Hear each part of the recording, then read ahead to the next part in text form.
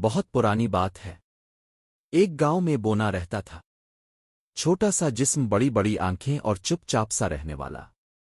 گاؤں والے اس سے ڈرتے بھی تھے اور مذاق بھی اڑاتے تھے۔ کوئی کہتا یہ نحوست ہے، کوئی کہتا اس کے پیچھے کوئی سایہ ہے۔ اسی گاؤں میں ایک کالا مرغا تھا۔ عام مرغے جیسا نہیں بلکہ بہت بڑا، آنکھیں سرخ انگاروں کی طرح دہکتی ہوئی، چونچ پر خون کی بو، اور رات کو بانگ دیتا۔ گاؤں والے سمجھتے یہ منحوس ہے، لیکن کسی میں ہمت نہ تھی کہ اسے مار سکے۔ ایک رات بونے نے خواب میں دیکھا کہ مرغا اس کے دروازے پر کھڑا ہے اور کہہ رہا ہے، اگر میری خدمت نہ کی تو تیرا وجود ختم ہو جائے گا۔ بونا ڈر کے پسینے میں ڈوب گیا۔ اگلے دن مرغا سچ مچ اس کے گھر کے باہر بیٹھا تھا۔ وہ جہاں جاتا پیچھے پیچھے آتا۔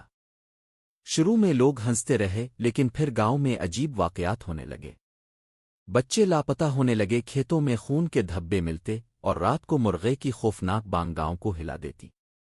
آہستہ آہستہ لوگ سمجھ گئے کہ یہ مرغا عام جانور نہیں بلکہ کسی جادوگر کا بلایا ہوا سایہ ہے، اور بونا اس کے قابو میں ہے۔ بونا دن میں تو عام نظر آتا، لیکن رات کو اس کی آنکھیں بھی مرغے کی طرح سرخ ہو جاتیں۔ لوگ اسے دیکھ کر کانپ جاتے۔ ایک رات گاؤں کے کچھ بہادر نوجوانوں نے فیصلہ کیا کہ وہ مرغے کو مار ڈالیں گے۔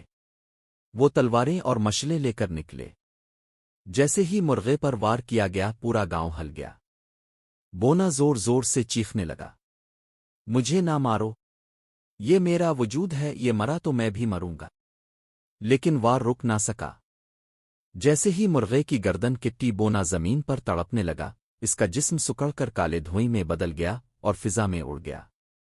مرغا مر چکا تھا، بونا غائب ہو چکا تھا، مگر اس دن کے بعد گاؤں میں جب بھی رات کو ہوا چلتی، لوگ دور سے بانگ سنتے، اور یوں لگتا جیسے بونے کی ہنسی کھیتوں میں گونج رہی ہو۔